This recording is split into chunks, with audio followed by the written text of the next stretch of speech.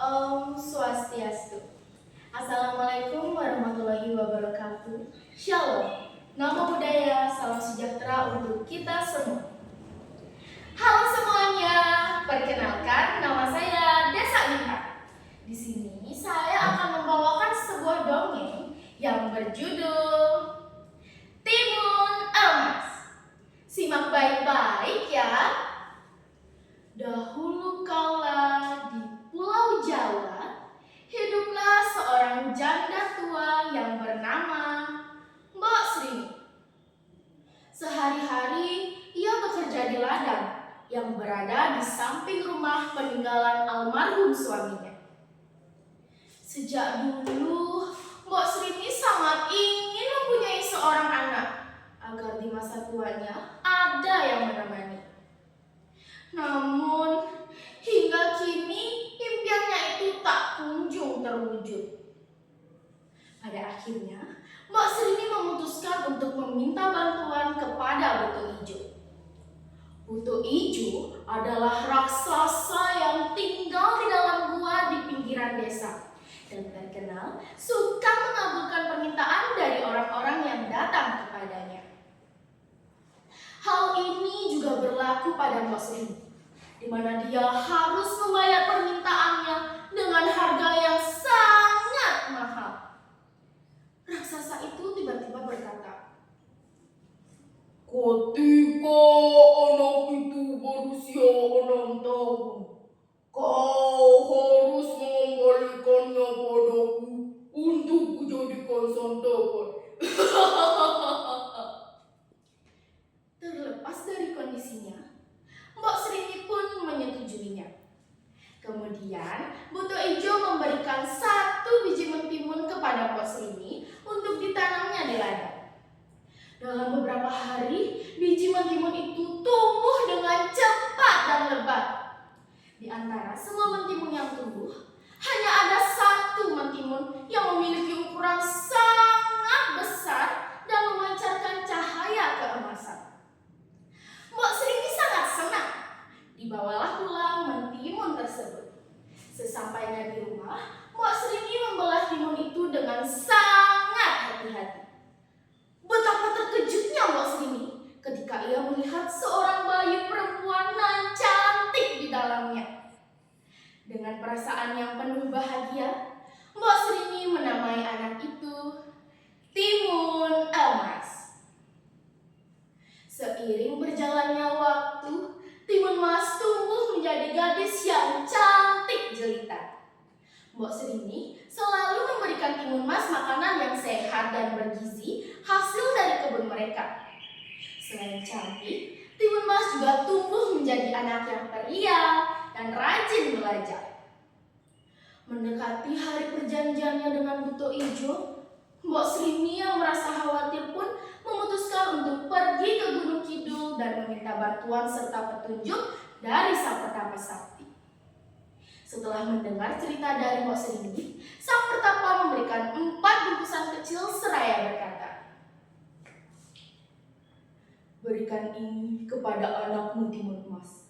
Ini akan membantunya untuk melawan Buto Ijo." Kini tibalah hari di mana Buto Ijo datang untuk menagih janjinya dahulu. Raksasa itu berteriak, "Srini, di mana kau sembunyikan makananku, Srini?" Geramnya, Mbok Srini segera menyuruh Timun Mas untuk melarikan diri. Dan tak lupa, ia memberikan 4 bungkusan kecil dari Sang Pertapa. Melihat kondisi ibunya yang dalam bahaya, Timun Mas berusaha untuk memancing Buto Ijo agar mengejarnya. "Jangan ganggu ibuku! Kejar aku saja kalau kau berani!" teriak Timun Mas. Timun Mas berlari ketakutan ke dalam hutan agar tidak tertangkap. Buto Ijo yang tak ingin kehilangan santapannya pun mengejar Timun Mas. Walaupun hanya dengan berjalan, namun Buto Ijo mampu untuk mengejar Timun Mas karena langkah kaki Buto Ijo yang sangat jauh.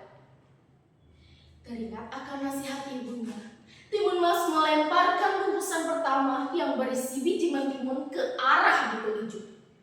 Secara ajaib, biji mentimun itu tumbuh dengan cepat dan lebat, sehingga jalan buto ijo menjadi tertutup.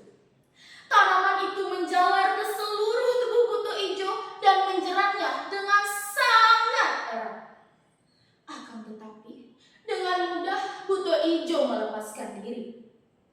Buto ijo terus mengejar Timun Mas yang berlari ketakutan. Di saat buto ijo hendak mendekat, Timun Mas segera melemparkan bungkusan kedua yang berisi jarum ke arah buto ijo. Seketika, hutan bambu tumbuh dengan lebat. Bambu itu menjebak serta melukai tubuh raksasa buto ijo. Merasa diremehkan, buto ijo pun mengamuk. Ia mengambil beberapa batang bambu dan melemparkannya ke arah Timun Mas. Dengan susah payah, Timun Mas berusaha untuk menghindari bambu yang berjatuhan. Kini tibalah Timun Mas di tepi sungai. Ia sudah sangat kelelahan. Dari kejauhan terdengar suara dan langkah kaki buto ijo yang semakin mendekat. Timun Mas segera melemparkan bungkusan ketiga yang berisi garam ke arah sungai. Saat itulah ombak besar tiba-tiba datang dan raksasa buto ijo terseret arus menjauh dari Timun Mas. Tak menyia-nyiakan kesempatan, Timun Mas berlari untuk meninggalkannya.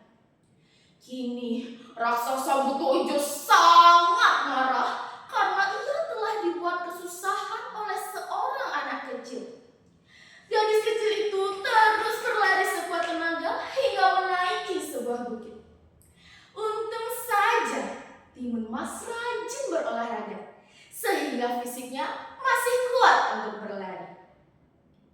Tebing yang tinggi pun dipanjat oleh Timun Mas. Ia berharap buto ijo tidak bisa menjangkaunya. Tapi sayang, buto ijo masih bisa mengejarnya. Kini Timun Mas tak bisa menghindar lagi. Di tangannya hanya tersisa satu kantong pemberian dari sang pertama. Dengan sekuat tenaga, Timun Mas melemparkan kantong terakhir ke arah buto ijo. Tak ingin kejadian sebelumnya terulang, buto ijo menangisnya dan kantong itu pun jatuh ke tanah. Dengan sombongnya, buto ijo tertawa kegirangan.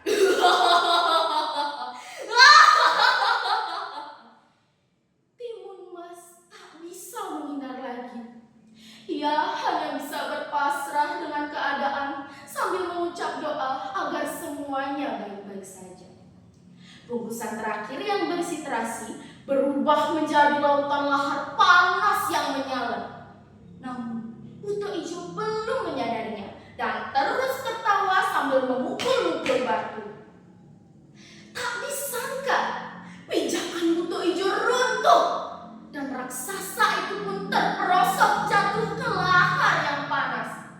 Raksasa itu berjuang meloloskan diri dan ia berteriak kesakitan.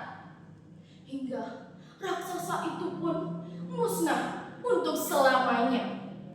Pada akhirnya buto ijo mati dan Timun Mas kembali menemui ibunya untuk hidup bahagia. Nah, itu dia tadi dongeng dari saya. Terima kasih sudah meluangkan waktu. Saya akhiri dengan Parama Santi. Om Santi Santi Santi Om.